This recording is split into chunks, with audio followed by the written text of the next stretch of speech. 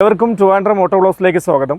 നമ്മൾ നോക്കാൻ പോകുന്നത് ഇപ്പോൾ മാർക്കറ്റിൽ ഏറ്റവും തരംഗമായിക്കൊണ്ടിരിക്കുന്ന ഒരു മോഡലാണ് മാരുതി സുസുക്കിയുടെ ഏറ്റവും പുതിയ ഡിസയറാണ്. നമുക്ക് സ്വിഫ്റ്റ് ഡിസയർ എന്ന് പറയാൻ പറ്റില്ല, കാരണം ഇത് എൻ്റയർലി ഡിസയർ ആയിട്ട് തന്നെയാണ് വന്നിരിക്കുന്നത്. നമുക്കറിയാം, മുമ്പൊക്കെ തലമുറയിൽ ഒരു സ്വിഫ്റ്റ് വന്നു കഴിഞ്ഞാൽ നമുക്ക് പറയാൻ പറ്റും അടുത്ത ഡിസയർ എങ്ങനെയാണെന്ന്. കാര്യം 2008 മുതലാണ് ഡിസയർ ഇന്ത്യയിൽ സ്റ്റാർട്ട് ചെയ്തത്.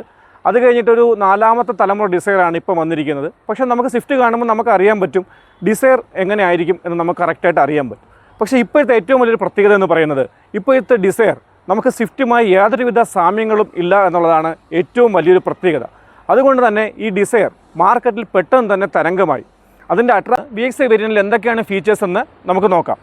ആദ്യമായി നമുക്ക് പറയാനുള്ളത് ഈ ഡിസയറിൻ്റെ ഹാലജൻ പ്രൊജക്ട് ഹെഡ്ലാംപ്സ് ആണ്. VXi വരുമ്പോഴത്തേക്ക് നമുക്ക് ഹാലജൻ പ്രൊജക്ട് ഹെഡ്ലാംപ്സ് ആണ് വരുന്നത്. അതോടൊപ്പം ചേർന്ന് തന്നെ ഇൻഡിക്കേറ്റർ ലൈറ്റും വരുന്നുണ്ട്. അപ്പോൾ നമുക്ക് കാണാനായിട്ട് വളരെ അട്രാക്റ്റീവ് ലുക്കിലാണ് ഒരു ഹെഡ്ലാമ്പ് വരുന്നത്. ഹാലജൻ ഹെഡ്ലാമ്പാണ്.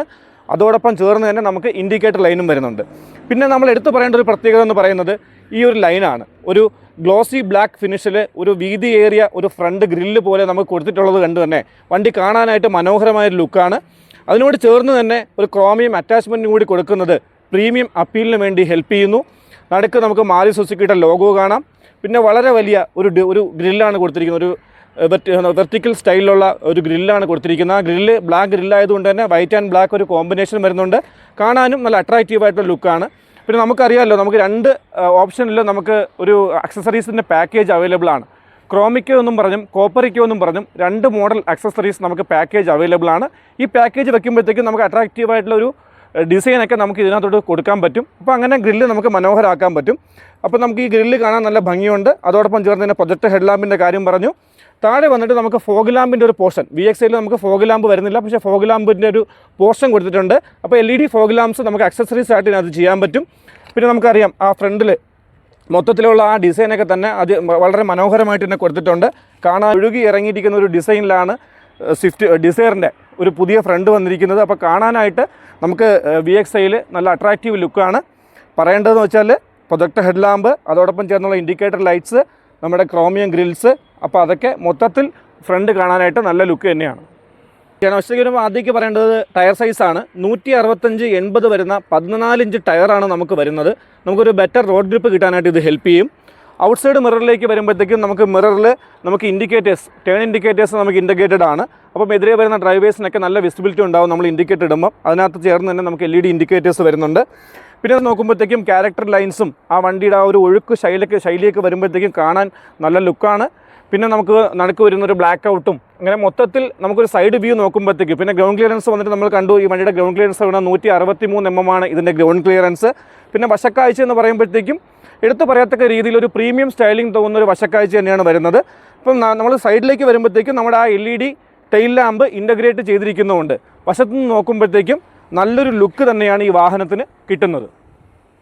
VXiനെ പറ്റി പറയുമ്പോഴത്തേക്കും നമുക്ക് ആദ്യമേ പറയേണ്ടത് പിറകിൽ കാണുന്ന ഒരു ഷാർക്ക് ഫിൻ ആൻറ്റിനയാണ്. മറ്റുള്ള മോഡലിൽ നിന്ന് വ്യത്യസ്തമായിട്ട് ഷാർക്ക് ഫിൻ ആൻറ്റിന ഒരു പ്രീമിയം ലുക്ക് കൊടുക്കുന്നുണ്ട്.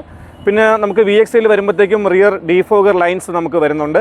പിന്നെ നമുക്ക് ഒരു ഹൈ മൗണ്ട് സ്റ്റോപ്പ് ലാമ്പ് കൊടുത്തിട്ടുണ്ട്. നമുക്ക് പിറകെ വരുന്ന ഡ്രൈവേഴ്സിനൊക്കെ നല്ല വിസിബിലിറ്റി കിട്ടാനായിട്ട് നമുക്കൊരു റിയറിൽ തന്നെ ഒരു ഹൈ മൗണ്ട് സ്റ്റോപ്പ് ലാമ്പ് കൊടുത്തിട്ടുണ്ട്.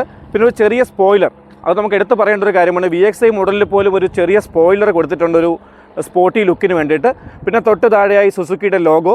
പിന്നെ നമ്മൾ ക്രോമിയം അറ്റാച്ച്മെൻറ്റ്, നമ്മൾ പറഞ്ഞ പോലെ ഗ്ലോസി ബ്ലാക്ക് ഫിനിഷും ക്രോം കൂടി ചേർന്ന ഒരു വലിയ ക്രോമിൻ്റെ ഒരു അറ്റാച്ച്മെൻറ്റ്. പിന്നെ 3D ട്രിനിറ്റി ലാമ്പ് എന്നാണ് മാരുതി ഇതിനെ പറയുന്നത്.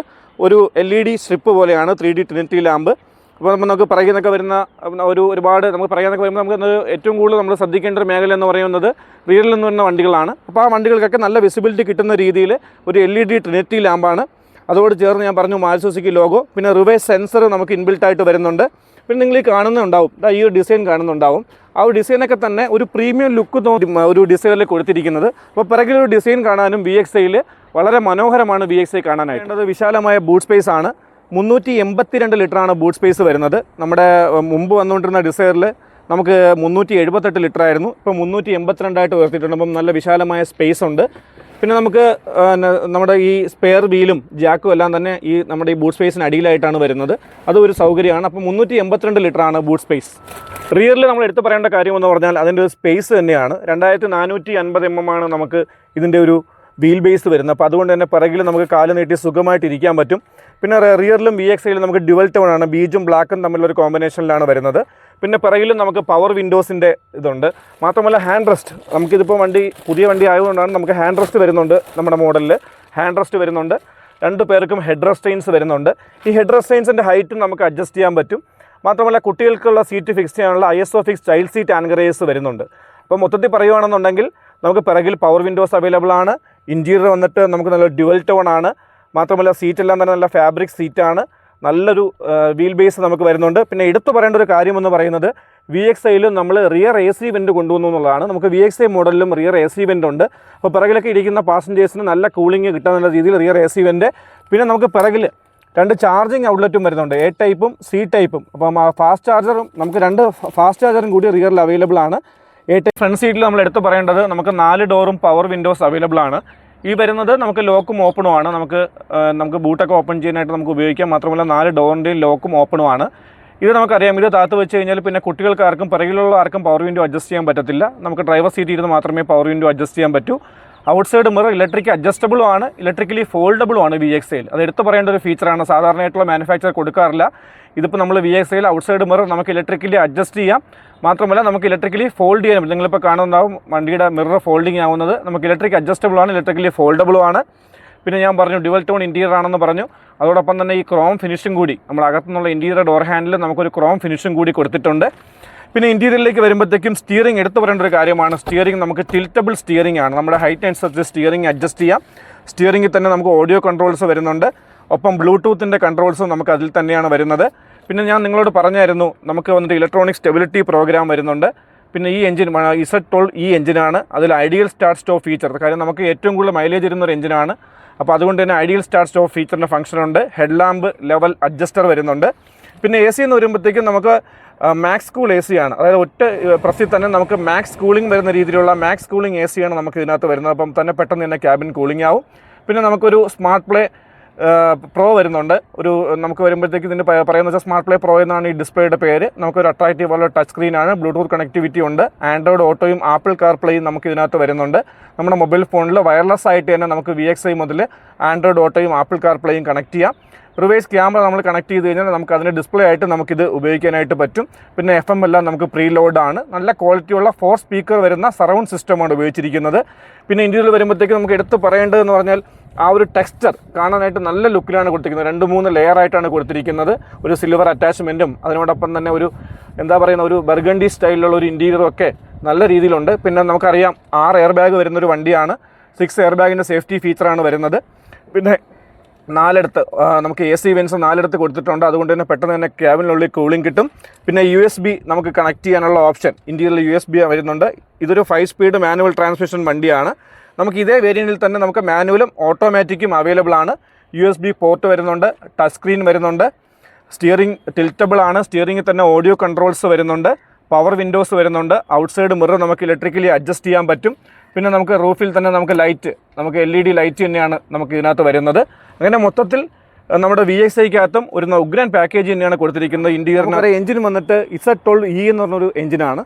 മാരുതിയുടെ തന്നെ ഒരു പുതിയ എഞ്ചിനാണ്. നമ്മുടെ സ്വിഫ്റ്റിൽ വന്ന് തുടങ്ങിയ ഒരു എഞ്ചിനാണിത്. ഈ എഞ്ചിൻ്റെ ഒരു പ്രത്യേകത എന്ന് പറഞ്ഞു കഴിഞ്ഞാൽ നമുക്കിതിൻ്റെ ഒരു 1.2 ലിറ്റർ എഞ്ചിനാണ്. 1197 cc ആണ് നമുക്ക് ഈ എഞ്ചിനിൽ വരുന്നത്. ഇതിലൊരു 82 bhp ആണ് ഇതിൻ്റെ പവർ. ടോർക്ക് എന്ന് പറഞ്ഞാൽ 111.7 ആണ്. ഏകദേശം 112ഓളമാണ് ടോർക്ക്. അതായത് നമുക്ക് ഇതിൽ മുമ്പ് വന്നുകൊണ്ടിരുന്ന എഞ്ചിനെ പറ്റി നോക്കുകയാണെങ്കിൽ 113 Nm ആയിരുന്നു ടോർക്ക്. അതിൽ നിന്നും വളരെ വ്യത്യസ്തമല്ലാത്ത നല്ല ടോർക്ക് തരാൻ പറ്റുന്ന വളരെ സ്മൂത്തായിട്ടുള്ളൊരു എഞ്ചിനാണ്. നമ്മൾ സ്വിഫ്റ്റൊക്കെ ഒരുപാട് ഓടിച്ചിട്ടുണ്ട്. അതോടൊപ്പം തന്നെ ഡിസൈറും നമ്മളിപ്പം വണ്ടി വന്ന ഉടനെ കുറച്ച് ഓടിച്ചു നോക്കി. വളരെ സ്മൂത്തായിട്ടുള്ള എഞ്ചിനാണ്. വളരെ നല്ലൊരു ഡ്രൈവിംഗ് എക്സ്പീരിയൻസ് ആണ് ഈ എഞ്ചിൻ തരുന്നത്. നമുക്കറിയാം, എല്ലാവരും പറയാറുണ്ട് ഇതൊരു 3 സിലിണ്ടർ എഞ്ചിനാണ്. പക്ഷേ 3 സിലിണ്ടർ എഞ്ചിനാണെന്ന് പറയുമ്പോഴത്തേക്കും നമ്മുടെ എഞ്ചിനെ സംബന്ധിച്ചിടത്തോളം ഒരു പ്രശ്നവും പറ്റിയിട്ടില്ല. എടുത്തു പറയേണ്ട ഒരു കാര്യമെന്ന് പറയുന്നത് 3 സിലിണ്ടർ എഞ്ചിൻ എന്തുകൊണ്ട് മാരുതിയാക്കി എന്ന് ഒരുപാട് ആൾക്കാർ ചോദിക്കുന്നുണ്ട്. അതിനൊരു ഉത്തരമെന്ന് പറയുന്നത് നമുക്കറിയാം, നമ്മുടെ സേഫ്റ്റി നോംസ് എന്ന് ഉദ്ദേശിക്കുന്നത് നമ്മുടെ പൊല്യൂഷൻ കൺട്രോളിനെയാണ് ഉദ്ദേശിക്കുന്നത്. ഈ പൊല്യൂഷനെ സംബന്ധിച്ചിടത്തോളം വളരെ പ്രശ്നങ്ങളാണ്. ഇപ്പോൾ ഡൽഹിയിലൊക്കെ നമുക്കറിയാം ഭയങ്കരമായ പുകമഞ്ഞും കാര്യങ്ങളൊക്കെ, അന്തരീക്ഷ മലിനീകരണം ഭയങ്കരമായ തോതിൽ ഉണ്ടായിക്കൊണ്ടിരിക്കുകയാണ്. അപ്പോൾ അതിന് എല്ലാ മാനുഫാക്ചറും കൂട്ടായി ചേർന്നുള്ള തീരുമാനമാണ് നമുക്ക് വണ്ടികളിൽ നിന്നുള്ള പുകയും അതിൽ നിന്നുള്ള പ്രശ്നങ്ങളൊക്കെ മാക്സിമം കുറയ്ക്കുക എന്നുള്ളത്. അതിൻ്റെ ഭാഗമായിട്ടാണ് സൈസ് കുറഞ്ഞ 3 സിലിണ്ടർ എഞ്ചിനിലേക്കുള്ള വരവ്. പക്ഷേ പവറിനെ ഒരിക്കലും കോംപ്രമൈസ് ചെയ്യുന്നില്ല. ഒരു 4 സിലിണ്ടർ എഞ്ചിൻ തരുന്ന അതേ പവർ തന്നെയാണ് ഈ 3 സിലിണ്ടർ എഞ്ചിനും തരുന്നത്. പക്ഷേ ഇതിൽ വളരെയധികം പൊല്യൂഷൻ കുറവാണ്. ഇപ്പോൾ തന്നെ നമ്മൾ ഭാരത് സ്റ്റേജ് 6 നിൽക്കുകയാണ്. ഭാരത് സ്റ്റേജ് 7 ഈസി ആയിട്ട് അപ്ഡേറ്റ് ചെയ്യാൻ പറ്റുന്ന എഞ്ചിനുകളാണ് ഈ എഞ്ചിനുകൾ.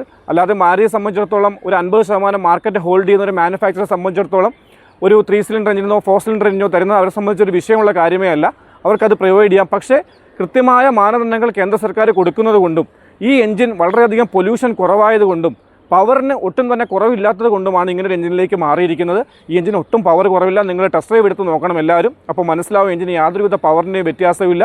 പക്ഷേ പൊല്യൂഷൻ വളരെയധികം കുറവാണ്. BS7 അപ്ഡേറ്റ് ചെയ്താലും ഈസി ആയിട്ട് അപ്ഡേറ്റ് ചെയ്യാൻ പറ്റുന്ന ഒരു എഞ്ചിനാണ്. ഇനി നമ്മൾ എടുത്തു പറയേണ്ടത് സേഫ്റ്റിയുടെ ഒരു കാര്യമാണ്.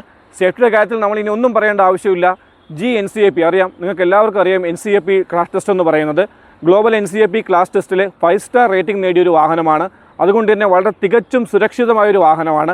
പിന്നെ ABS വരുന്നുണ്ട്, EBD വരുന്നുണ്ട്, ഇലക്ട്രോണിക് സ്റ്റെബിലിറ്റി പ്രോഗ്രാം വരുന്നുണ്ട്, ഫ്രണ്ട് ഡിസ്കും പിറകെ ഡ്രം ബ്രേക്സും വരുന്നുണ്ട്, റിവേഴ്സ് സെൻസർ വരുന്നുണ്ട്. അങ്ങനെ VXIയിൽ ഒട്ടനവധി ഫീച്ചേഴ്സ്, 6 എയർ ബാഗ് ഉൾപ്പെടെ, പിന്നെ കുട്ടികൾക്കുള്ള ചൈൽഡ് സീറ്റ് ആൻക്രേജ്, അങ്ങനെ സേഫ്റ്റിയുടെ ഒരു കലവർ തന്നെയാണ് ഈ വാഹനം വരുന്നത്. അപ്പോൾ സേഫ്റ്റിയുടെ കാര്യത്തിലായാലും പെർഫോമൻസിൻ്റെ കാര്യത്തിലായാലും. ഇനി മൈലേജിലേക്ക് വരാം. മൈലേജാണ് ഏറ്റവും പ്രധാനപ്പെട്ട ഒരു കാര്യം. എഞ്ചിനെ പറ്റി പറഞ്ഞപ്പോഴത്തേക്കും 25.71 ആണ് ഓട്ടോമാറ്റിക്കിൻ്റെ മൈലേജ്. ഇന്ന് ഇന്ത്യയിൽ തന്നെ ഇത്രയധികം മൈലേജ് തരുന്നൊരു വാഹനം ഉണ്ടായെന്നുമല്ല. 25.78, ഓട്ടോമാറ്റിക്കിന് 25.71, മാനുവലിൽ വന്നിട്ട് 24.78. ഇത്രയും മൈലേജും തരുന്നൊരു വാഹനമാണ് സ്വിഫ്റ്റ് എന്ന് പറയുന്നത്. അപ്പോൾ സേഫ്റ്റിയിലായാലും പെർഫോമൻസിലായാലും മൈലേജിലായാലും സ്പേസിലായാലും ന്യൂ ഡിസയറിനെ വെല്ലാൻ മറ്റൊരു വാഹനം ഈ സെഗ്മെൻറ്റിൽ ഇല്ലയെന്ന് തന്നെ പറയാം. അപ്പോൾ നിങ്ങൾക്ക് എല്ലാവർക്കും നല്ല ഫീച്ചേഴ്സ് ഉൾപ്പെടെ വാങ്ങാൻ പറ്റുന്നൊരു വാഹനം തന്നെയാണ് സ്വിഫ്റ്റ് ഡിസയർ VXI.